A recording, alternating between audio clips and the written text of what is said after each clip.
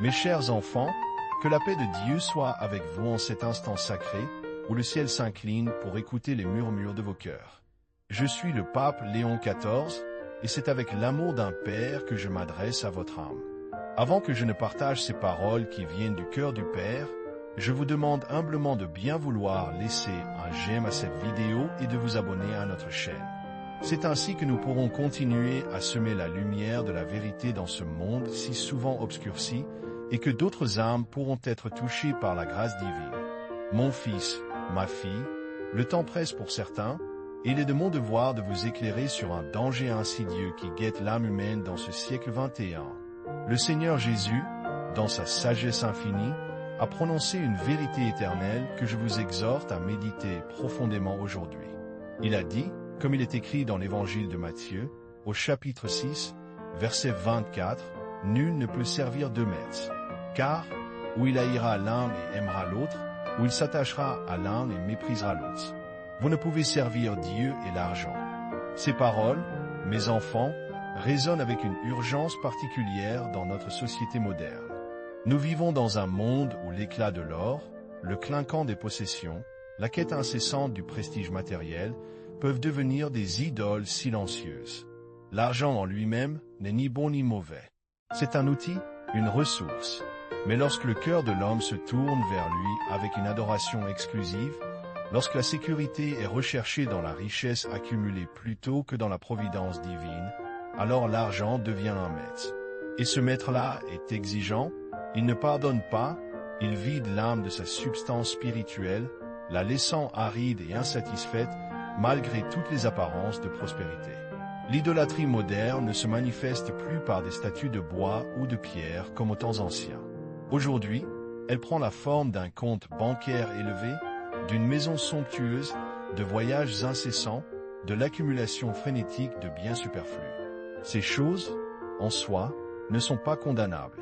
Mais si elles occupent la première place dans vos pensées, dans vos efforts, dans vos désirs les plus profonds, au point de reléguer Dieu à un rôle secondaire, à une simple commodité de dernière minute, alors, mon enfant, vous servez l'argent et non le Créateur.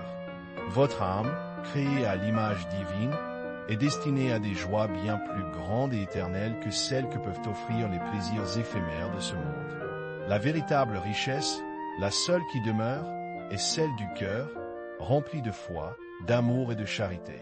Mes enfants, cette mission de porter l'Évangile à chaque âme, de consoler les cœurs brisés, de guider ceux qui sont perdus, elle est vaste et exigeante. Si ces paroles touchent votre cœur, et si vous êtes en mesure de soutenir notre œuvre, je vous invite à cliquer sur le bouton Super Merci sous cette vidéo. Chaque contribution, si petite soit-elle, est un geste d'amour qui nous permet de poursuivre notre mission divine, d'éclairer les consciences et d'offrir l'espérance à ceux qui l'ont perdu. C'est une offrande de votre cœur, un signe de votre générosité, pour que la lumière de la vérité continue de briller et de transformer les vies. Lorsque l'argent devient votre Dieu, il promet le bonheur mais offre l'anxiété. Il promet la sécurité mais engendre la peur de perdre. Il promet la liberté mais enchaîne l'âme à des désirs insatiables. Rappelez-vous la parabole de l'homme riche qui avait tant de récoltes qu'il décida de construire de plus grands greniers pour tout emmagasiner. Il se dit, « Maintenant, repose-toi, mange, bois et réjouis-toi. » Mais Dieu lui dit, « Insensé, cette nuit même ton âme te sera redemandée. Et ce que tu as préparé, pour qui sera-ce? Mes enfants, la vie terrestre est un souffle, une ombre qui passe. Ce qui compte, ce qui a une valeur éternelle, c'est la pureté de votre âme, la profondeur de votre foi, la sincérité de votre amour pour Dieu et pour votre prochain. Pour votre salut, je vous exhorte à examiner votre cœur. Où réside votre véritable trésor? Est-il là où la rouille et les mythes détruisent, et où les voleurs dérobent? Ou est-il dans les cieux, là où rien de tout cela ne peut l'atteindre? Libérez votre cœur de l'emprise des biens matériels.